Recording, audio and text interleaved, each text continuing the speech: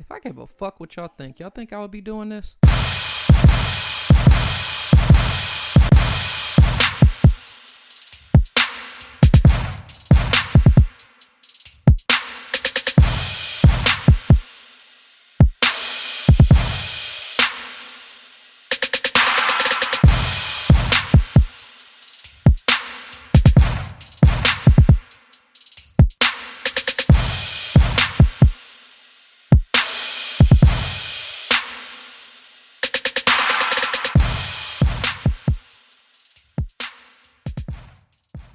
Welcome to the FMFU podcast, the podcast that's from me, for us. Vulgar but true, real and never fake. I'm your host, Reese, and I've got a lot of shit on my mind today, so let's get into it. Happy Friday, people. Happy 420 for all my weedies out there. Hope you have an Eddie on deck. And happy J. Cole Day. KOD just dropped. The only nigga who can win a championship by himself with no features, no nothing. I hope y'all are giving that new album a spin, but if you've taken time out or delayed that album spin to give me a listen here on FMFU, I thank you. I'm excited to drop a new episode this week as I took a quick little break from FMFU last week because I went over to have some fun and collab with my boys Aaron and Malik over on the No Rules podcast. If you haven't listened to our collab episode yet, make sure you check that No Rules FMFU episode out and subscribe to their podcast first, then catch back up with me on here for episode 19. That's No Rules Podcast on Apple Podcasts and iTunes. Had a good time recording and we were on there talking a whole lot of cash shit. Salute to those guys and fellas. Let me know whenever y'all want to get back together on some Honcho Jack Honcho type shit. But moving on, let's get on back to you, the loyal listener. I hope all the loyal listeners out there have been doing all right. For me, I feel like I'm always busy as fuck, especially these last couple weeks. Besides one of my goals of this year, making a collab podcast happen, 2 weekends ago, me and some of my fellas up here went down to NYC for my boy Mark's birthday, and we turned the fuck up. It was some clubbing, day party, anything is possible type kick it shit.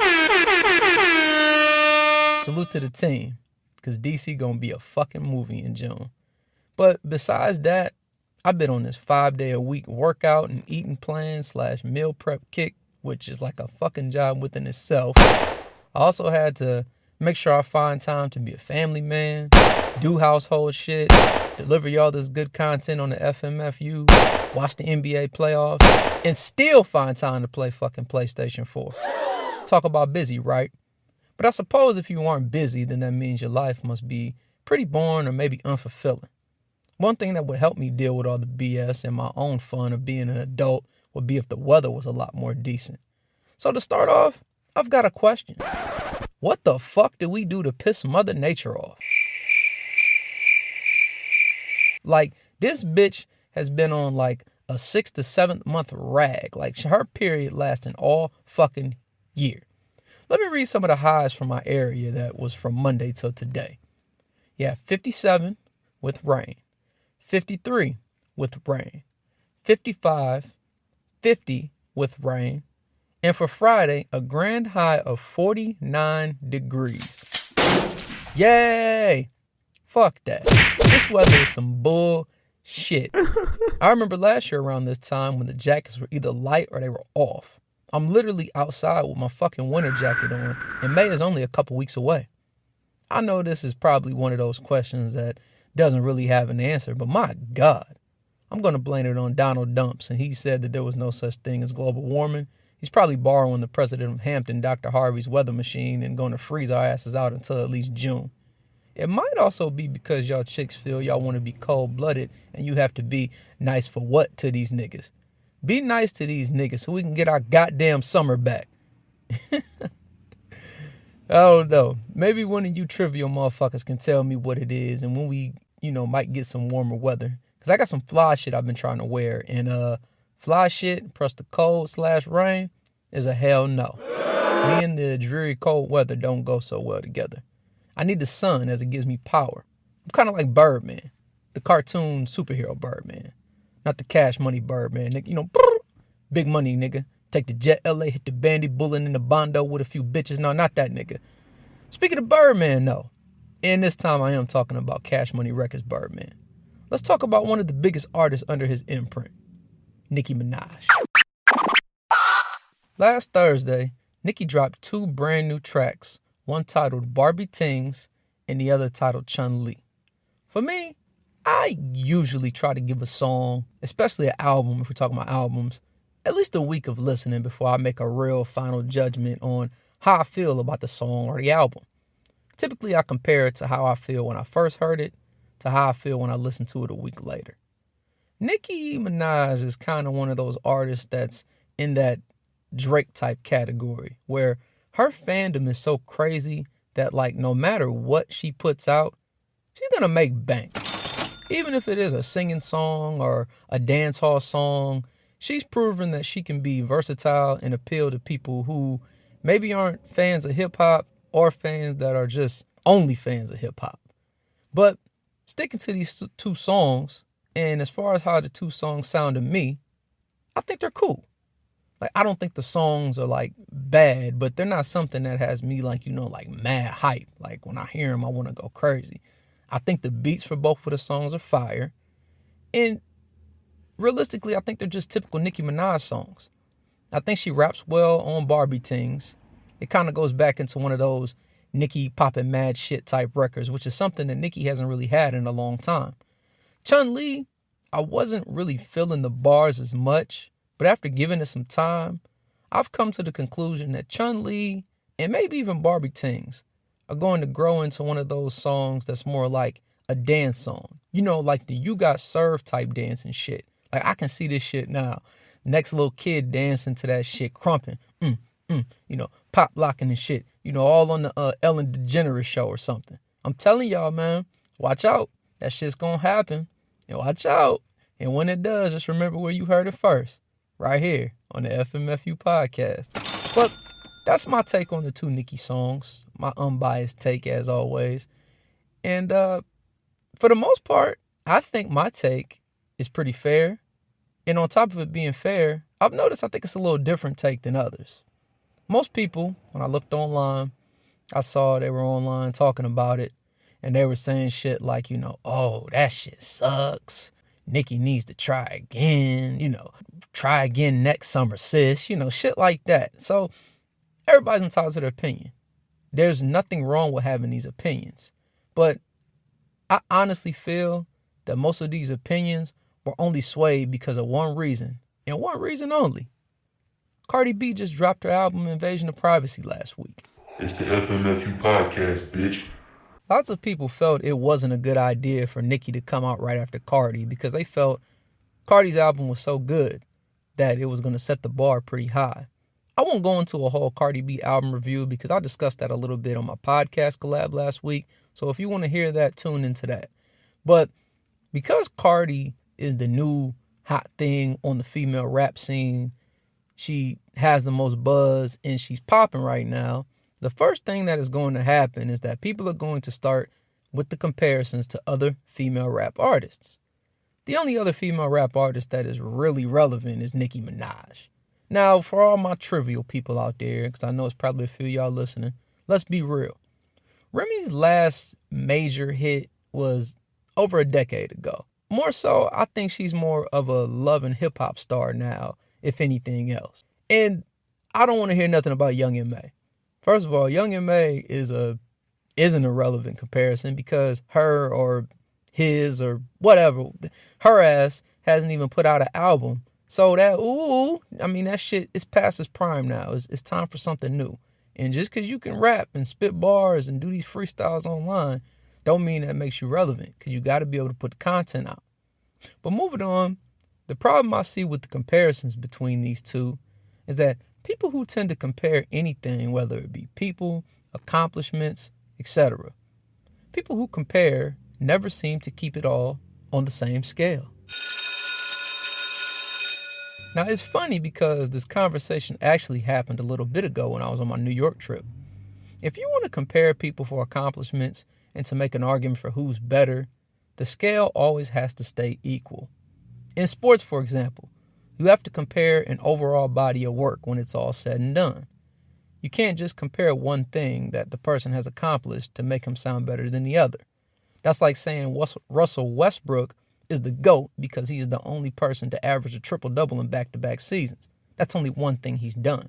Switching from sports back into music, which is the topic at hand.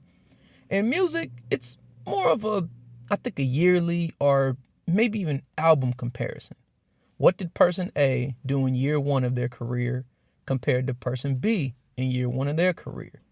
I think that's how it should be. It keeps the scale even, and that's just it. Point blank, period. My issue is that I've been seeing is people they were jumping off this Nicki Minaj ship quick. Like even after one Bodak Yellow single, quick. Like, it was crazy. I'm like, damn, y'all crowning that shit already? Like, what the fuck? So, I know as a society, and I've said this before, we are a what have you done for me lately society. And I get that. But even with this, though, this shit still threw me for a loop. Because in my mind, I'm just thinking like, oh my God, like, y'all crowning someone else queen already off of one single when the chick over rapping at Young Money has been in the game for almost a decade and has way more hits and success? This is how I knew things were going to be bad for Nicki Minaj in the urban millennial social media's eyes. Because no matter how fire of a song she put out after that, it was always going to never be able to match what people looked at with the album Invasion of Privacy based on the reviews. But things like this are what make me realize that urban millennials always look at things the incorrect way with an incorrect perspective. Being quick to make these comparisons is exactly the issue with us. Why is the urban millennial culture the only culture that does shit like this? Let's think about it like this. Why people don't sit around online on social media, the blogs or wherever, and compare and contrast Taylor Swift to Demi Lovato? Am I right or am I right? I mean, it is so bad for us at times that, like, on Facebook, I always see people posting these videos of these, like, random no-name artists rapping. And the caption, and I bullshit you not, the caption on all of them, it's always, and I mean always, some shit like this. Oh, she came for Nicki, Cardi, and Remy. Oh, she coming for the title. She up next. She about to come up next and kill all these hoes. It's like, stop it, slime. Who the fuck is this random chick you posting? Like, the problem with this being the case is, like, as soon as a new chick comes on the scene that can rap or freestyle or spit some bars online or might have a decent song, we're quick to throw the old one away. I mean, doing that, we're pretty much marginalizing women that rap. We're basically saying that in our big bad world of the rap game, there can only be one chick that's hot, and that's it. What that girl say in the Players Club? Look, I just came here to dance. That's it. But the marginalization perception is there, and it sucks that it's that way because it shouldn't be. We don't marginalize and do shit like this comparing a new Future song to 2 Chainz or any other rapper you can think of. This comparing shit is probably more of a female-driven thing than male-driven thing, so I guess I'm pointing to a lot of ladies. I know y'all gossiping asses, so I know how y'all are. Like I said, I'm unbiased with my opinions. This isn't coming from a guy who's a Nicki stan or any shit like that, so don't get it twisted. I fuck with Nicki Minaj and Cardi B. I think they both do their thing. But on the sidebar, though, I will say this. I listened to that Nicki interview before she debuted her songs with Zane Lowe. And for this whole situation with the beef and all that, or the fake internet beef or whatever they're saying is going on, I don't think that interview helped her situation talking about the Cardi B stuff at all. She crying, talking about the rumor, and she was hurt and shit. I just feel like that shit was kind of forced. Because, I mean, in my opinion, if I'm doing my thing and I know I'm number one, that shit's not going to bother me. It's like, what the hell are you crying for? Like, you 35 years old, chick. Like, you've been running shit. Shit like that should not have bothered you. So I'm just like, yeah, well, wonder if this is really true or not. That's like, you ever watch reality TV, them chicks who be crying when they get to talking about shit. And then it's just like, what the fuck are you crying about, girl? Like, is this fake or nah? I can't stand it. It just seems phony. But I guess to make the story straight after the fact, she did show up to Coachella with Quavo right after and tweeted that he apologized. So Who knows what is true? But at the end of the day, my point is we shouldn't marginalize the women of rap because it's a genre big enough for all of them. So we need to stop with the comparisons, especially between these two. Both of these artists have great songs and have had and will continue to have great success. Probably even better than a lot of these niggas that rap in the game today. So Coachella is still going on in Cali this week. But the performance that probably only really matters and might forever be known as the most transcendent performance of all time was by none other than the Queen, Beyonce. Now, to be real, I gotta be honest, I haven't actually sat down and watched the whole performance myself, and I wasn't staying up that late because I be motherfucking tired. But honestly, I don't think I need to really sit down and watch it. With all the tweets, Facebook posts, IG videos, New York Times coverage, Forbes coverage, I don't think I really missed a beat of anything. I'm not going to describe the performance minute by minute here today because that should be something you check out on your own. But what's so great about the performance is the goddamn meaning behind it. HBEYCU and Beyonce with her own performance sorority? Fucking amazing. It just brings back to that black excellence continuing throughout the months, which started with Black Panther, which sunk Titanic and moved into third place as the highest domestic grossing movie of all time, by the way. This performance gave way an insight to what exactly HBCU culture is like and it's about, and it was presented on a stage where probably, I'd say, guessing 95% of the audience probably didn't have a fucking clue what an HBCU was. Also, the Queen donated $100,000 in scholarship funds to be split between 4 HBCUs. The 4 schools included Tuskegee University in Alabama, Xavier University of Louisiana in New Orleans, Wilberforce University in Wilberforce, Ohio, and Bethune-Cookman University in Daytona Beach, Florida. One student at each of these schools will receive a $25,000 scholarship for the 2018-2019 academic year. So just more black excellence and spreading shit. Like, the shit is great. We talked about the STEM program with Black Panther and Disney donating the money. Now we getting Beyonce throwing scholarship money in schools. This is fantastic, yo. I'm loving it. I can't get enough of this shit. Keep it coming. It's only been April. But ultimately, it's just, the shit is great.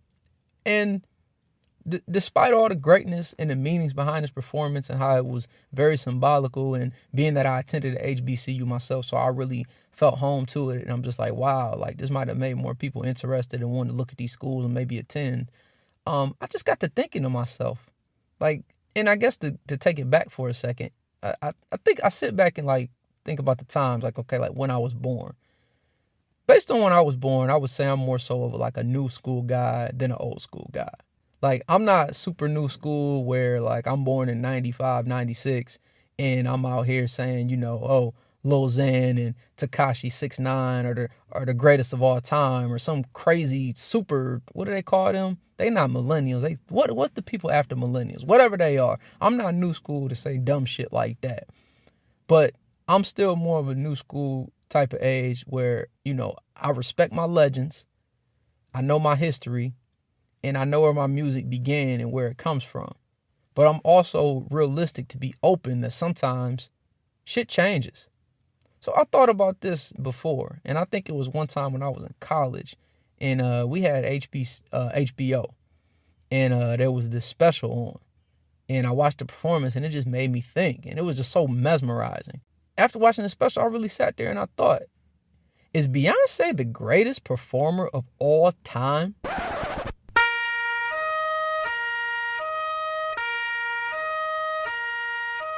Now I know some people, including some older people, probably going to instantly scream, Michael!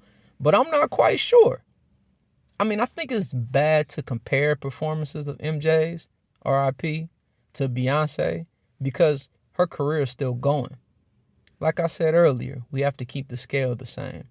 I also think it's a little different, too, based on the fact that we're able to compare probably the biggest legend of all time, which was a male, to a woman. So that keeps the whole scale in perspective, and we're not marginalizing our women. But moving on, I think when it comes to performing, though, as far as dance routines and different things like that, I think the scale's a little bit different. And what I mean by that is because, we look at sports with accolades, championships, whatever. We look at album sales for artists and other things like that. But I think as far as if we stick to strictly one topic of performance, I think it's scaled differently. And the only reason I say that is because sometimes there can be one performance that can be so over the top that it beats every other fucking performance ever seen before, and it blows that shit out the water. So hypothetically speaking, if I did feel this way, not saying I do, but if I did, would it be wrong for me to sit up here and say Beyonce is the greatest performer of all time? I'm not looking for a right or wrong answer here because it's all going to be opinion, as we can't measure dances and performances like we can with statistical numbers and championships. But I do believe that this is something we should all think about, though. A wise man once said, records are meant to be broken. And this doesn't mean that there can never be such thing as a new GOAT. Trust me, I'm sure the Beehive has already tried to put their stamp on it. Moving on to something different, I felt I couldn't get out of here today without making a comment of the bullshit that just happened in Philadelphia the other day. No 76ers fans, I'm not talking about how vintage D-Wade came back and busted y'all ass on Monday, but the fact of the matter with another establishment in Philadelphia, Starbucks. If you've been under a rock, and without getting too much into the story, basically 2 black men had the cops called on them minutes after walking into the store and were arrested for sitting in a Starbucks. Yeah, literally. Just sitting in a Starbucks. And that's no exaggeration either. The 2 guys, whose names were Rashawn Nelson and Dante Robinson, they appeared on Good Morning America and they explained their story to give more insight. They stated that they were there 10 minutes early for a real estate deal meeting with a local businessman. And they were approached by the manager. And they told the manager what they were doing. They said, hey, we're here early. We're waiting for someone. And even before they had a chance to probably even really explain themselves, the manager already called 911 and just said, I'm going to let the cops deal with it. So the cops show up, didn't even give them a chance to explain, and immediately arrested these 2 brothers. And then took them down and held them down to the station for 8 hours before being released, which was well after midnight. Not sure why it was such a big deal to meet at a Starbucks when you have people who come in all the time to sit around and type on their laptops their new famous book. I saw some blog posts online too saying, well, why didn't they just buy a coffee? They can't kick you out then. You totally missing the fucking point, you asshole. And based on your comment, I'm sure I can tell you what color you are. Paper. But that situation would never happen to a white person. And that's what makes this so wrong. The situation with Starbucks definitely bothers me, but I'm definitely not as irritated as maybe I should be. And I think others can kind of agree with this. Sometimes because this shit happens so often and so much, you kind of just get numb to this shit. I mean, there's racial tensions and issues going on in America every day, and it's just a battle we got to fight, so we can't sit here with our lip poked out. It's like, what do you expect? It's been going on since the 90s, maybe even before then.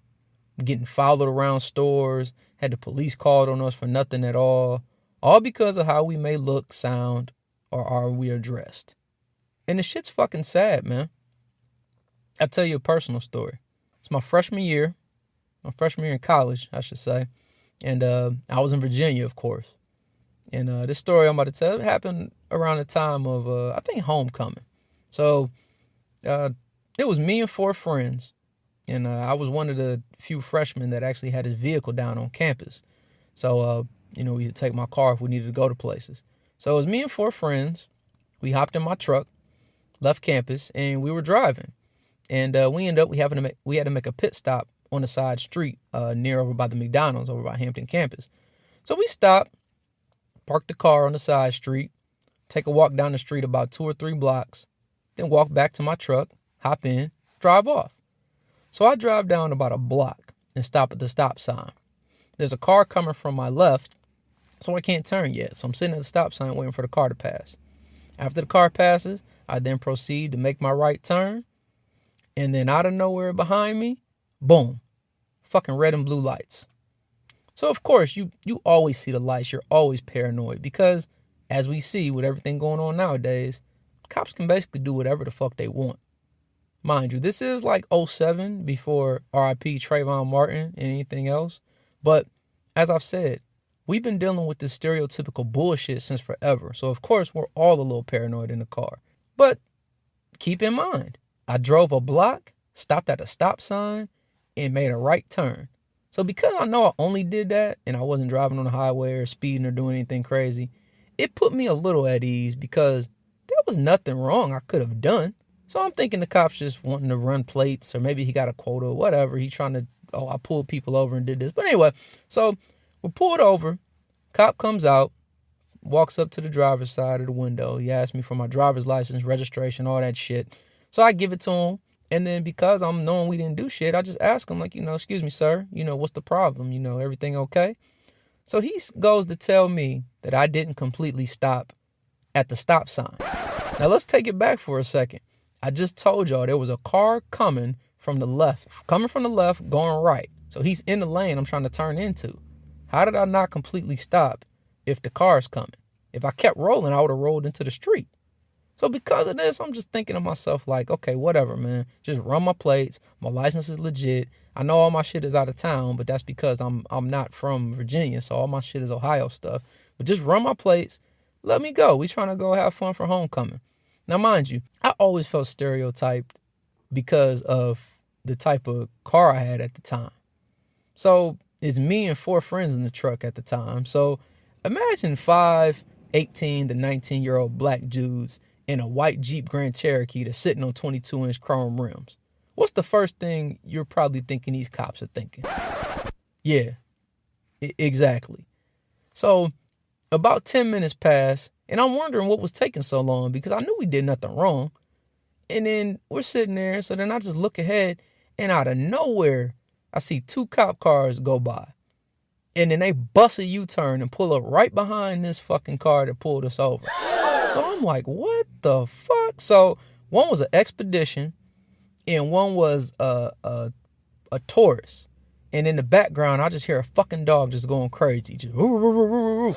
So we all sitting there like looking and thinking like, what the fuck is going on? So the original cop, he comes back to my window and he's like, I need all of y'all to step out of the car, please. So again, we're thinking, what the fuck is going on? So another cop hops out the Taurus. A big G.I. Joe Guile from Street Fighter looking motherfucker hops out the Expedition. And along with him is, I'm assuming, the police commissioner, because he had on one of those cheap ass, Value City ass brown suits with the black dress shoes on, which you never wear black with brown people. So you know he ain't know what the fuck he was doing. His wife didn't dress him, or either she was a hillbilly. But so the original cop, after telling us to get out the car, he tells us all to sit our asses on the curb, cross our legs, lock our hands together, and place them over our knee. So in my mind at the time, I never panicked, but I'm still thinking to myself, we didn't do shit. So the commissioner looking motherfucker, he gets to talking like, where the drugs? Tell me where the drugs are. I know y'all was smoking weed in this car. The smell in this car is so strong, and I'm getting a contact high. Now, mind you, nobody smoked in my car, had shit on them. So the more he talked, the less nervous I got because I realized more and more that he was talking bullshit. So after trying to get us to snitch, although there was nothing to snitch on about, the original cop, they searched the car, they thought they found something, and then he's like, he found a little weed crumb or something, or a little weed stick, talking about, is this mine? I'm like, well, I'm not the only one that uses the car, but I mean, that's a little stick. I mean, what is that? That's not a drug, that's a stem. Like, what is that? So after they search the car, can't find anything, the original cop, he starts patting us all down, and one at a time, he starts filing us back into my truck at the time. So when it's my turn to get pat down, the original cop, he's going to talk to me, and he's going to say, well, the reason I pulled you over is because I got a call that you guys were out here dealing drugs. Shit blew my mind. But at the same time, I was all the way relieved because I knew he wasn't doing that shit. And I wasn't surprised that shit like that happened because what did I just say about 6 times before this? We've been dealing with this shit forever. So why should I be surprised? So when he told me that, I kind of thought back and it dawned on me. When we were getting back in my car, when we were parked on the side street, I did see an older white guy who was in his front yard, and he was kind of like looking at us funny, but I didn't really think too much of it. I thought he was just looking. I didn't know he fucking called the police on us. So the cop, after pretty much letting us all get back in the car, he's like, oh, well, we found this, and he has a little, I don't know, it was supposed to be a weed seed. I don't even think it was in my car, though, and a little fucking stem. And it wasn't none of ours. I think they tried to plant that shit or make a bigger scene to get him a reason to look through my car and some real shiesty shit, to be honest with you. So he's going to say he found that. So I'm just like, okay. And then he doesn't have anything else to say, but he's just going to say, after giving my license and stuff back, he's just going to say, okay, yeah, well, have a nice day and make sure you completely stop at those stop signs. I'm like, you bitch ass nigga, you gonna lie on me while you pulled me over and then gonna try to throw it back in my face knowing damn well that's not what you pulled me over for. Like, and this is one more reason why your boy Reese don't fuck with the cops. But anyways, I guess just the point of my story is that shit always hits close to home because I've been in situations like that. Like I said, it's a lot of people who been raised where they just been living in their little rooms and been just being spoon-fed their whole life or just never had to deal with shit. And it always hits the home when you hear this shit because it's been going on for too long. And without really saying too many more words, it just needs to stop. I do salute the people of non-color who recorded the incident in Starbucks and stood up for those young men who did absolutely nothing wrong. I mean, you need to realize it's the best way for you to use your white privilege because life is about fighting for equality of all humankind, no matter what their race is. And stop with before we get started, don't y'all be thinking about, oh, I'm banning Starbucks now, because no, the fuck you not. Half of y'all can't ban the NFL, H&M, or anything else, so just cut it out for the social media glory. Plus, this isn't something Starbucks, the company, should be held accountable for.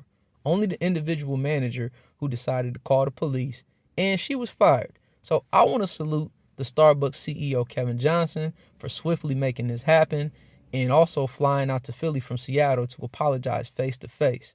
And salute to Starbucks chair, Howard Schultz, who is planning to close 8,000 U.S. stores for one day so staff can learn about racial bias. If any company isn't sure on how to swiftly respond and show us as blacks that you're trying to make a change, then these two are showing your dumb asses on the things that you can do to have empathy. These two have done everything in their power, from what I'm reading, to make us feel more at ease. So I will give them their credit, and I will not sit here and say ban Starbucks. Now, I'm not a coffee drinker anyway, so it wouldn't matter to me, but people just need to realize and look at the bigger picture. You can't punish a whole company for one individual's flaw, and they're actually taking the action to make things better for us. So I give them credit. But this is just another stamp in the book, for the people to keep in mind. Being silent and not doing anything, that's just as bad as agreeing. So we have to be thankful for those who spoke up and used their privilege for speaking against what was wrong in this situation, because a lot of people nowadays wouldn't do that shit. Fucking Tom Brady. Thank you for listening to the FMFU podcast, the podcast that's from me and for us. Make sure you hit that subscribe button, like, and comment, whether you're listening on Apple Podcasts, SoundCloud, or Google Play. Also, make sure you get at me on my social media pages. I have a Facebook page, which you can search for From Me For Us, or you can leave it in a status at FMFU_podcast. Also, get at me on Twitter and Instagram at the same @names. That's at FMFU_podcast. Remember, people, always keep it a buck, always keep it 1,000, and perception is everything. I hope you have a nice day. Still fuck y'all.